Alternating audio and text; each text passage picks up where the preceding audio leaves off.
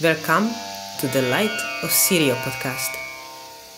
My name is Dori Fari and I will speak with a realized spiritual master about his views on life and the topic of spirituality.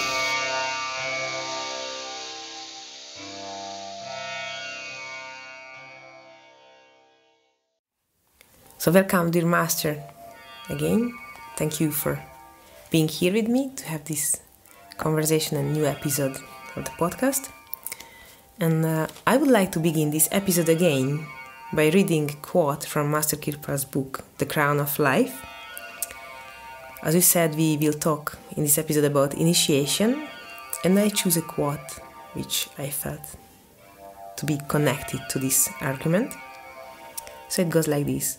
Only one who has himself experienced what the great scriptures describe can guide us to their real significance. But the task of a spiritual teacher does not end there. The elucidation of the true meaning of religion is no more than a first step. After the aspirant has understood the nature of his goal, he must pursue it practically and rationally. To know is one thing, and to do is quite another. It is only after he has explained to the aspirant the end to be attained that the master's real task begins. It is not enough that the doctor diagnoses the cause of the blind man's ailment. He must perform the operation as well. So too, the spiritual guide at the time of initiation gives the disciple a first-hand experience of the inner light and sound. He puts him into touch with the divine stream, be it at its lowest level, and instructs him in the sadhanas to be followed for consolidating and developing this inner experience to its full extent.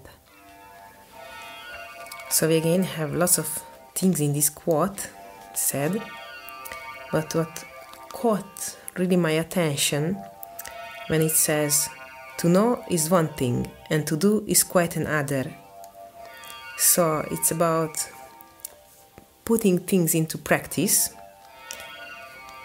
And like in the previous episode, we came to know about the master souls, who are the masters, and what does the protection of the master mean in our lives. But here also we come to know that this is not enough, because to know is one thing and to do is quite another. And that's where things begin, when through initiation the master puts us into touch with the divine stream. So this is the first step we came to know. So everything begins with the initiation on the spiritual path, it seems like. So dear master, I would like to ask you to please talk about the initiation, also in the sense like, what is initiation? How does it happen? How this getting into touch with the divine stream realizes? Okay, thank you for this other meeting. So, what is initiation? When somebody feels the need, the urge comes to look for truth, he will begin reading about the topic, listening from people who know something about. Then he will very soon understand that on the spiritual path, like on any other skill, as I said last time, you need a competent person who knows the topic, who knows the job, and can teach you, guide you, so that you become what he has become. You learn what he has learned. You become what he has become. So you understand that you need a guide, you need a master. So usually you begin looking around. There is this master, the other master, the other master. These ones do not attract me. They don't appeal to me. But this one, yes. So I go to see this person. you go to see that person. And if it is meant for you, you will feel a kind of communion with this person. You will feel a spontaneous love. You will feel attracted to the person. First of all, the person, the way the person is. That's very important, because it's the main thing which has to happen in this field is falling in love, because God is love, and the path to God is also love. So you meet the Master, you like the Master, and you begin feel attracted, and this love begins to manifest, begins to grow. Then, if you like the Master, you will try to understand the teachings of the Master, because every Master has his own peculiar teaching to give. Even on the same very path, two Masters that teach the same path will have their own peculiarity, will have their own ways. You begin listening. Master gives Satsang, gives the teachings.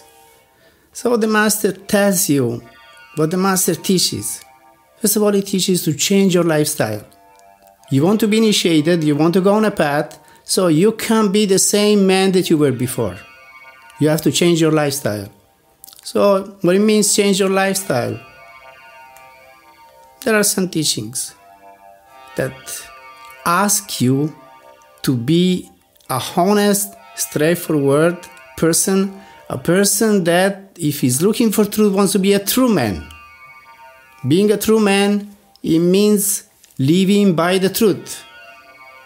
Living by the truth, it means to begin to be honest with yourself and think in a true way, talk in a true way, and act in a true way. So your thoughts, your words, and your action must be consequent. Because if you think one way, you talk the other way, and then you act the other way, then you are nowhere looking for truth. So it means you have to change your lifestyle, you have to change your attitude towards life, you have to change yourself. Well, it's a very nice requirement somehow, because we all start life with good hopes and, in a good standing way, that we would like to have a good life and live good in a good way. So this is a very nice requirement that further inspires us to live this kind of honest and true life. It means earning your livelihood through honest work. It means be honest with your family, with your friends, with the place you live. Be an exemplary man. Where does this whole changing process begin? It begins very much with the way you eat, because we become what we eat. So on the path, you are asked to change your diet. Normally people eat everything. Meat, fish, eggs. They drink alcoholics, maybe they take drugs, maybe they any kind of garbage. So the Master will tell you, look here, if you want to change your life, if you want to go on a path that leads you to realization, to self-realization, begin by changing your lifestyle and begin by mainly changing the way you eat, because you are what you eat. So, on this path, we are asked to lead, to go on a diet which is a non-violent diet. Because, as I said, God is love. The way to God is love, is true love.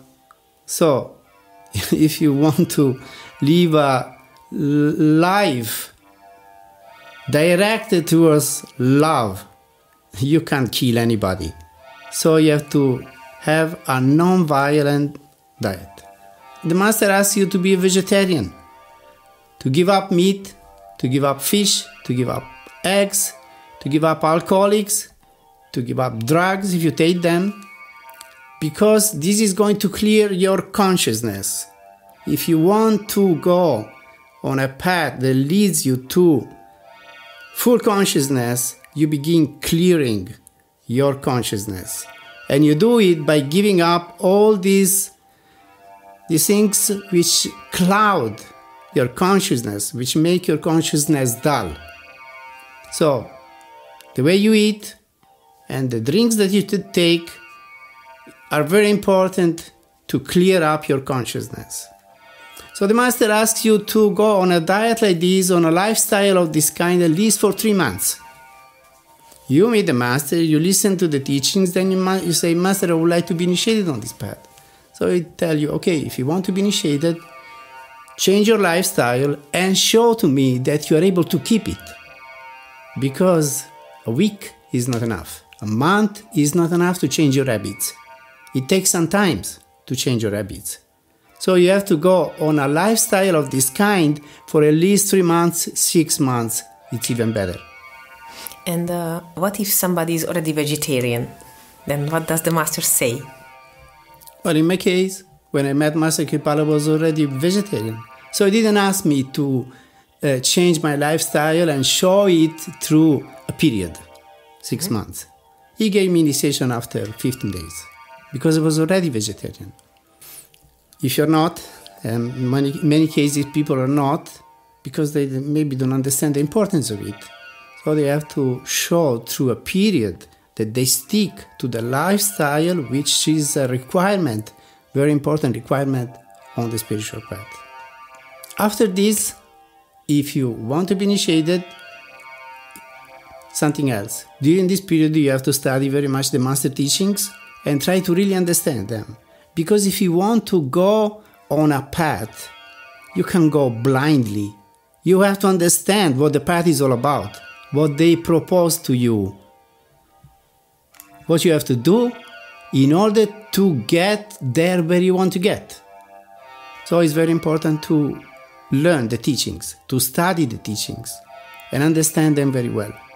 Because maybe one day you will have to give out these teachings, so you have to learn them. So it's very important, the theory also. As he says in this quote, the master will be able to explain properly what are the teachings of the religions, what is the true import of the scriptures. Because people most of the time read the scriptures, but they understand nothing, because it's a field of experience which they know nothing about. It's not their field of experience. So they have guesses, ideas, but they don't really understand what they are talking about. In my case, born a Christian, I never understood what Christianity was. I understood what Christianity was when Master Kripala explained it to me. Never before. And also I never understood what this Jesus figure was all about. Because they propose it as a how to say? Like the Son of God. That's not the whole thing. They propose it as a Superman that can do everything. So what is the master? The master is the one who walks on the water. The master is the one who brings back to life somebody who is dead. That's what people understand. A master must be this. But that's not the purpose of a master. The purpose of a master is transmitting to you. First of all, explaining to you the teachings, make you understand very well what these scriptures talk all about, and then give you the experience of coming in touch with the inner light and sound that comes through initiation. So what is initiation? Initiation, it is that session in which the master explains to you what is the inner path that you have to follow in order to reach your destination, Satsang, the abode of truth. At initiation, once you're ready and you have changed your lifestyle and you have understood the teachings and you really want to take it, then the master will give you initiation. And at initiation, he will explain to you very well what is the inner journey, what we are as human beings, and what we know, and within that we are. But there is also something of us which we don't know about, the inner being, the inner man. We are not only this physical body, will tell us.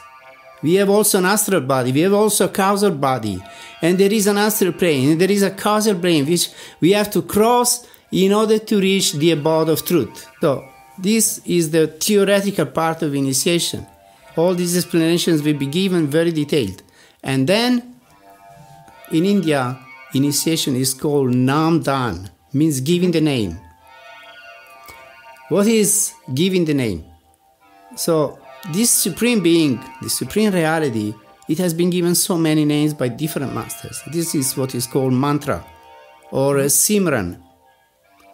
And at initiation, beside the explanation of the inner journey, is given also a mantra, which are names of God charged up by your own master, who has been meditating on these names for his whole life, or most of his life, and also by the lineage of the masters of this path.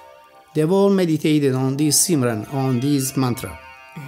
So it's they are charged words, which are given to you, and they help you to withdraw your consciousness, your attention from the physical body, and take it to that spot in the body from where you can exit the physical body and enter into the astral plane, into the astral body. Once the practice is explained very well, then what we do at initiation? We practice. Because again, theory doesn't take you anywhere. You need to practice. Yes, just it was said in the quote, to know is one thing and to do is another. That's right. So, I can explain you anything, but if you don't practice, then you don't experience anything. It's like making a dish, but you don't try it. So you don't eat it. So what's the purpose of making the dish? So maybe it gets spoiled, goes bad. It's no use, because you cook something and then you eat it, and that's what gives nourishment to your body, to your mind, to your everything. So, the theory is given, it's explained, the inner journey, the mantra is given, and then we practice. Because it's through practice that we experience what it means to come in touch with the inner light. So, then there is an hour of meditation. And in this hour of meditation, the blessing always comes on everybody who is initiated. Of course, not the same for everybody, because nobody is the same. We are all different. And we all find ourselves at different levels of our inner progress.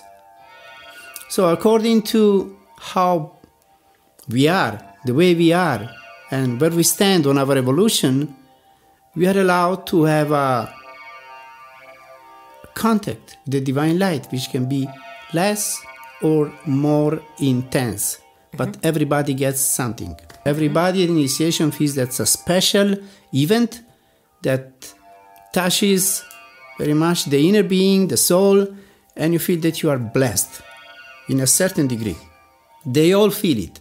I've given initiation now for 47 years. Oh, wow. So I've given initiation to so many people on this path. So I know what is initiation all about. And I know very well what happens at initiation because I've seen it. First of all, I saw it on myself. And then I've seen it on so many other people. Here I have a question that also in the first episode of this second season, when we talked about the spiritual path, Surya Chebdi Yoga, we talked quite some about the divine light and sound, inner light and inner sound. And also here in this quote, Master Kripa says like this: the spiritual guide at the time of initiation gives the disciple a first-hand experience of the inner light and sound. He puts him into touch with the divine stream. So the divine stream, like as we talked about it in the first episode, like one current, the divine stream, like that manifests as inner light and sound. But you talked about the practice. So does it mean a difference in the practice to perceive the inner light or sound? Because you said some people are more inclined to the light, some to the sound, or some to both. So how does it work at the time of the initiation? So at the time of initiation, we teach two main practices.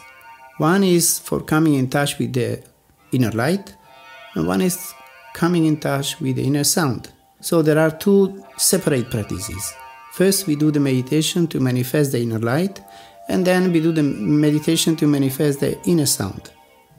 So that's how it is. They are two different techniques which are to be done differently, separately. That's what it is. And yes, some people are more inclined towards seeing the light. Some people are more inclined towards listening to the sound. It's easier for them to tune in with the sound than to manifest the light. But they are all very important in the same way. It doesn't make a difference. The important thing is to tune in with this Shabad or divine stream, that's how we call it on this path, Surya Shabd Yoga. Connect consciousness, attention, soul with Shabad, which is the divine stream that manifests as light and sound. So in both the practices, you can withdraw from the physical body and have an inner experience which really transforms you. For myself, initiation was a very great experience, really. I mean, I had that already before being initiated. When I met Master Kripa, when I first meditated with him, I had a kind of initiation. There was a kind of an initiation for me. The very meditation sitting I had with him. But yet, when I was initiated formally, let's say, when the day came in which he said, okay, I give you initiation, the perception of the spiritual current, of the divine presence, of Sadguru power, it was so intense. It was much more intense than in that very first experience that I had when I first meditated with him. It was incredible, the perception of the inner power which I got during initiation. And also, the Simran, the mantra that the Master gave to me, it was so effective with me that as soon as I began repeating it, I felt my consciousness, my soul withdrawing from the body and going up. And every word revealed something. Well, it was a very powerful experience of this kind. It sounds like connecting to a charger through the Simran, as you describe it. Well, it helps very much withdrawing the consciousness, the attention from the physical body and going into the beyond. That's the purpose of the mantra repetition. So, these are the two main practices. But then there is another practice which is very much emphasized on this path, and that's Simran, or as they call it on some other path, Japa. The Hindus call it Japa, and Sufis call it Zikr.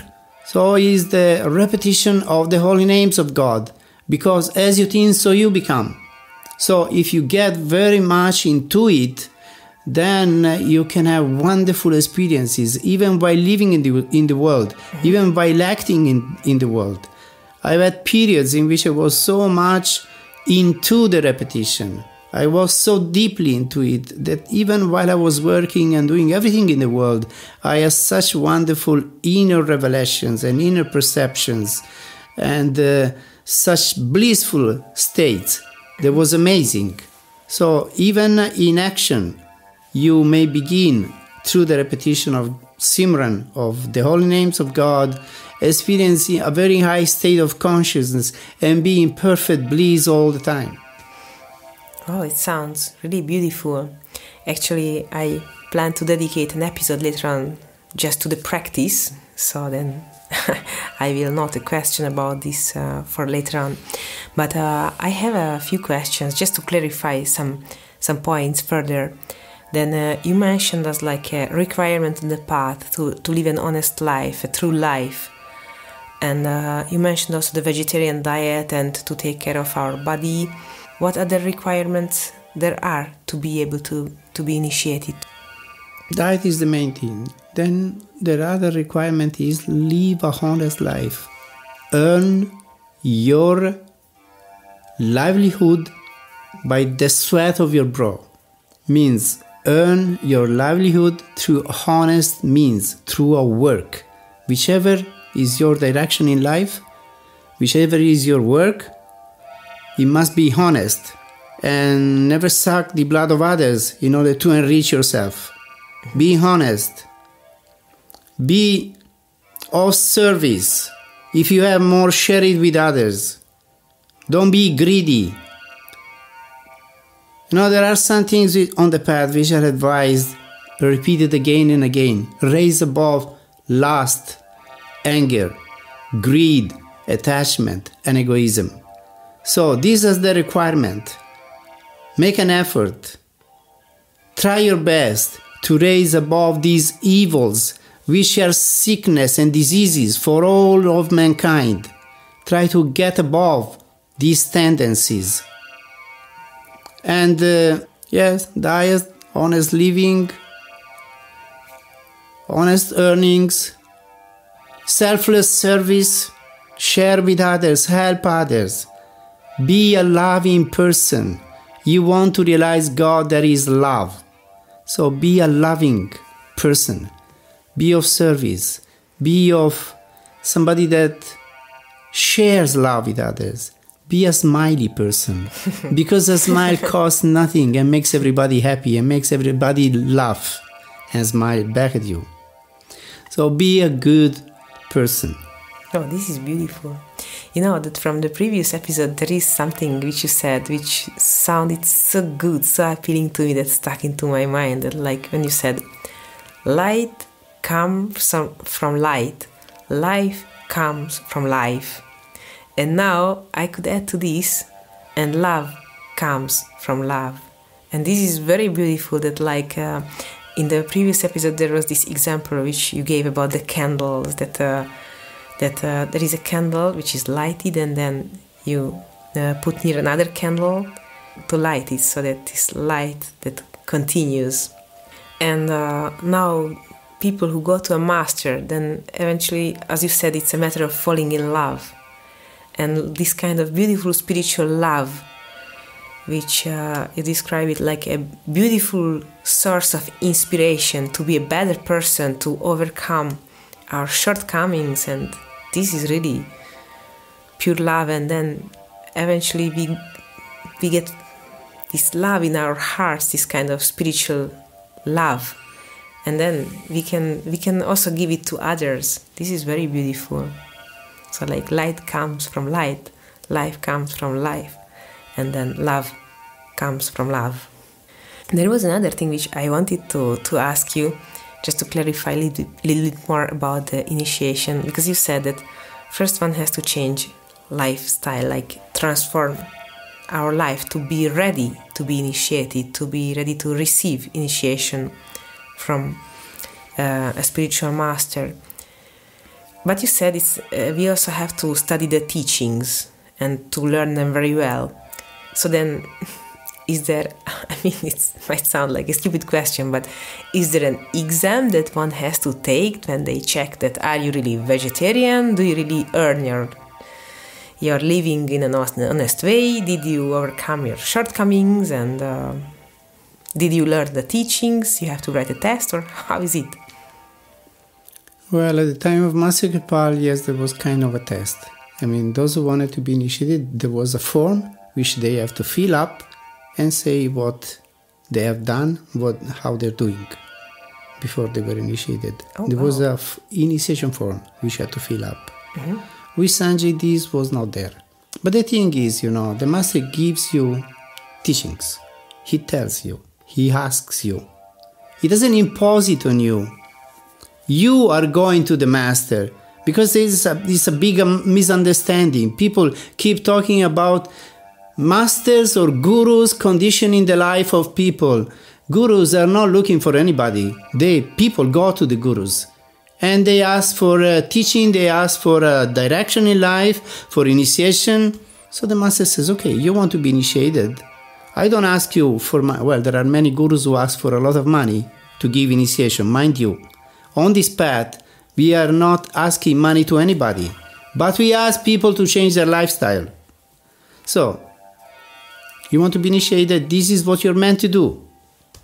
If you do it for, let's say, 5-6 months, then, and you show that you can keep the change of your habits for such a time, then it means that you can keep it forever. Now, if you do it, well and good for you. If you don't do it, means you have learned nothing. First of all, you've been asked to be honest. So you're not being honest with yourself. You're not being honest with God. Who are you? So you can take initiation 100 times. You are what? You are a donkey, and you will stay a donkey for the rest of your existence.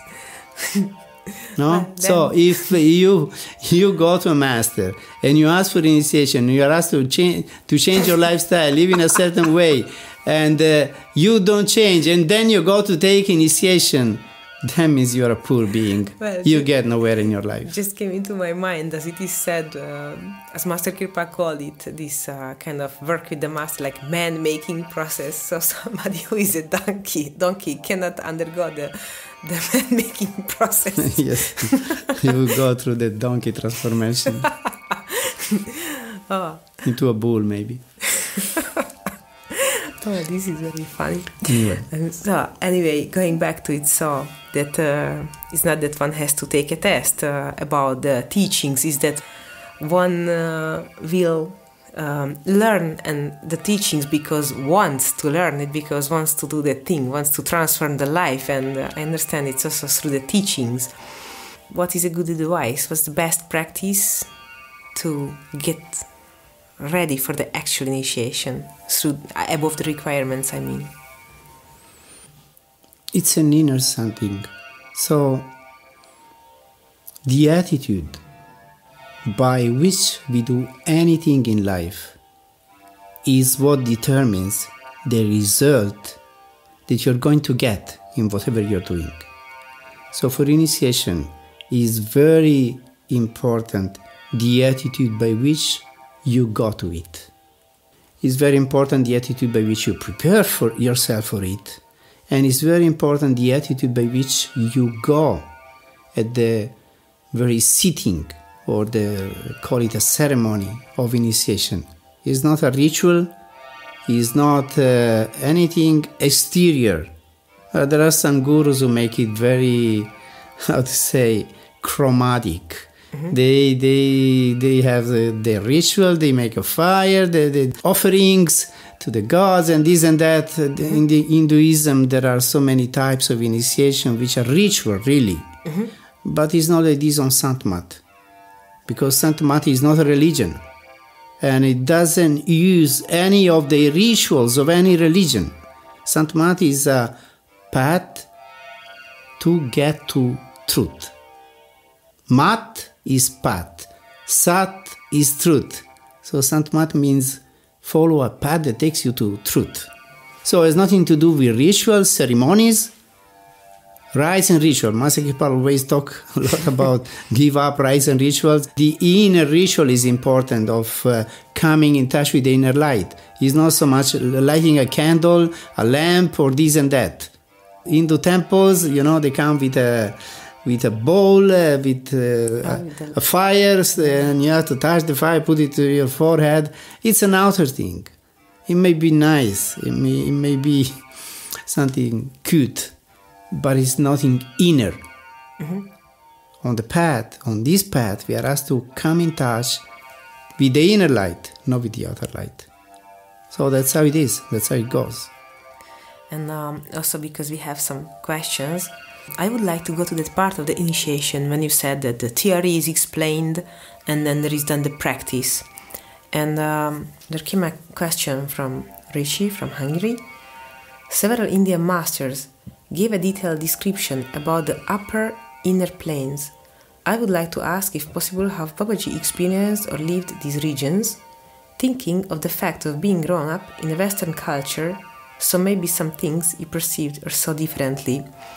And I actually felt this question connecting to the argument of initiation, as you also said now that it is explained how to do the meditation and how to go beyond the physical planes and enter into the higher realms, the astral plane and so on. And this is a question about this. And you as a Westerner might have perceived it different than an Indian master. Is it like this? It is like this, yes, because the culture from which we come shapes very much our psyche, shapes our very much the way we are and the way we perceive things. So people of any culture, different culture, will have their own approach to the divine. Means God or the divine respects the way we are, and He comes to us in a way that we may recognize, accept, and not being shocked by it. Yes, it's true.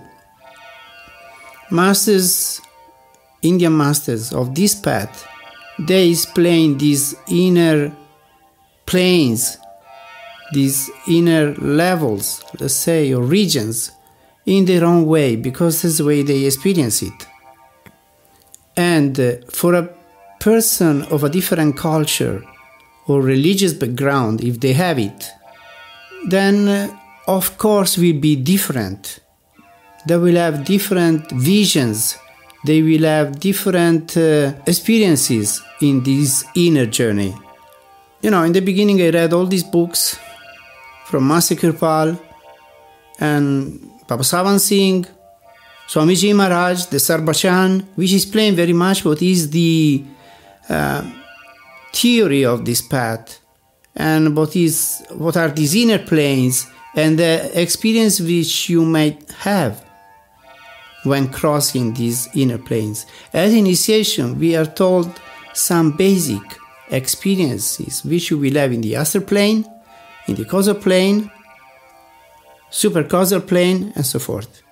So yes, there are some of these experiences which are very common for many people, but there are some which are quite different. So in my case, in my personal case, I could say I didn't have these kind of experiences as the Indian masters of this path describe them. Because, you know, I come from an atheist background. I was not religious at all. Yes, born a Christian, but I really didn't have anything to do with Christianity because I refused it completely. And I became an atheist. To me, what was important, it was light and truth. That was my psyche. That was the way I was made. So God will come to me in that way, as light and truth. There is another thing. You want to go to the Mount Everest, to the peak of the Mount Everest. You may climb step by step and go through all the different, let's say, levels. 3,000 meters, 4,000, 5,000, 7,000, 8,000 eventually. But you may take a helicopter and reach the peak without going through all these regions, all these levels of the mountain. Mm-hmm. So also on the inner journey, some people are made in such a way that they experience these several levels of consciousness, because these planes eventually are levels of consciousness. And some of the experiences which are described that you may have on those inner planes, I would say it's never the same for two people, because we are all different and we all experience these things in a slightly different way at least. I said, I've given initiation for more than 45 years on this path. So at initiation, at the end, I ask always everybody, what was your experience? What was your experience? So I can say that I never heard from two different people the same kind of experience. Similar, yes, but never the same. They all had different kinds. So it's a personal thing. So it's a personal thing. God respects very much the way we are and comes to us in the way that we may welcome it, recognize it, and accept it easily. Mm-hmm. So that's how it is. Maybe a Hindu may have an inner experience in which, together with the master, may see Shiva or Brahma or Vishnu or whatever. I've heard these stories from Indians. A Westerner would never have this kind of experience. Maybe if you see the master together with some masters of the past, it will be from the Christian religion or from the past, the historical past of our culture, like Greek philosophers or whatever you want, but not Indians for sure. Thank you. And then we have another question which came from a lady from India, from Durga. I have heard that initiation is not recommended for pregnant women who are beyond 5 months into their pregnancy. Why is it said, and what happens if initiation is given? So I don't know where she got this information. This Durga ji. I never heard this from Master Kirpal. I never heard this from Sanji. I know that Master Kipal was giving initiation to anybody with no difference. And he was giving initiation to blind people also. And they saw the inner light, even blind people. With my masters, there was no this requirement. My master gave initiation to anybody, and I don't see in any way what may be the problem with being pregnant. I think that receiving initiation at any stage of the pregnancy, it's a blessing for the mother and for the child. Because if the mother is tuned with the inner light, the child who is so connected with the mother will also get the blessing and will also experience something of what the mother is experiencing. So I don't see any harm in this. I see only good. So there is not this limit. Maybe there are some Satmat groups, I don't know which, they give this dogma, I call it.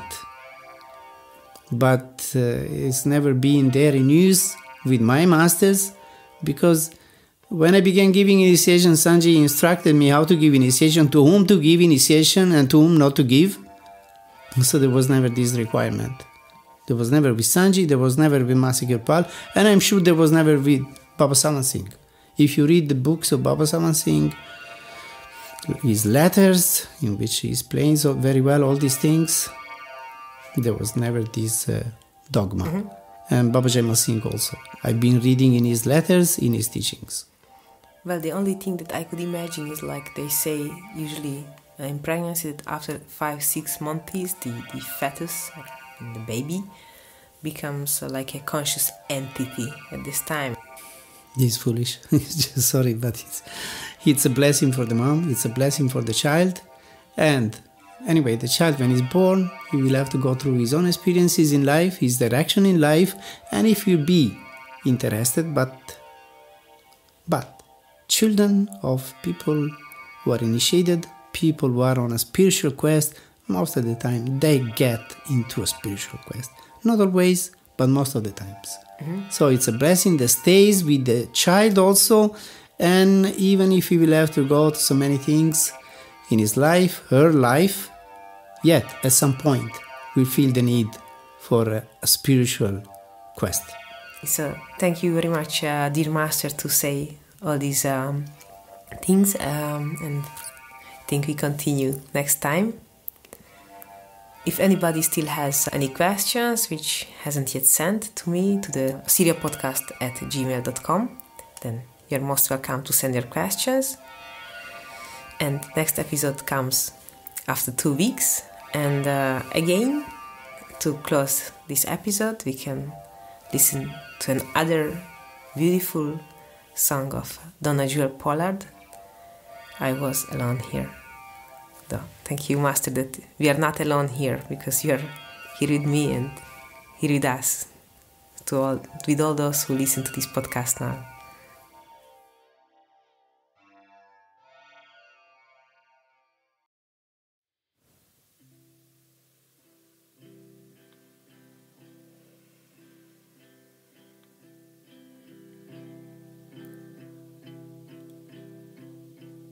I was alone here, God knows how long here, lost in the forest of this world of dreams. I dream of birth here, soft dreams of that year, life after lifetime, and death after death, clutching and meet here, playing my role here, crawling and running and living the dream.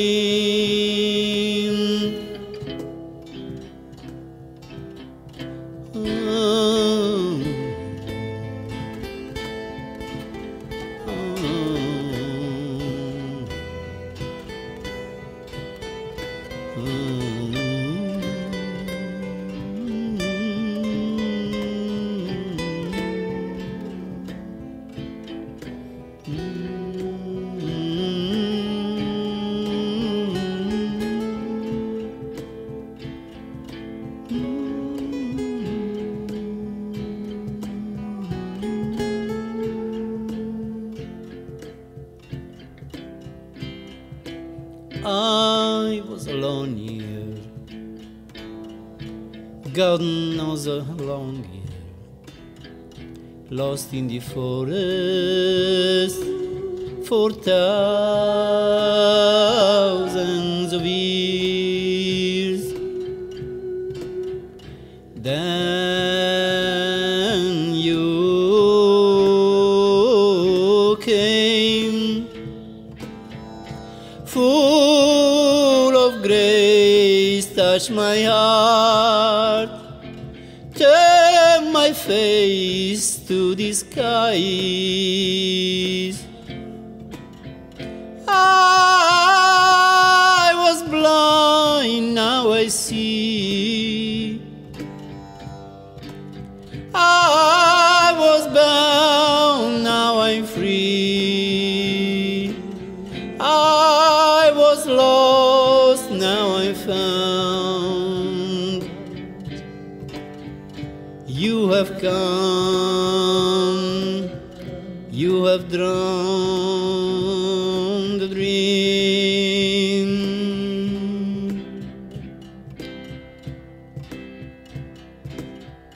I was alone here,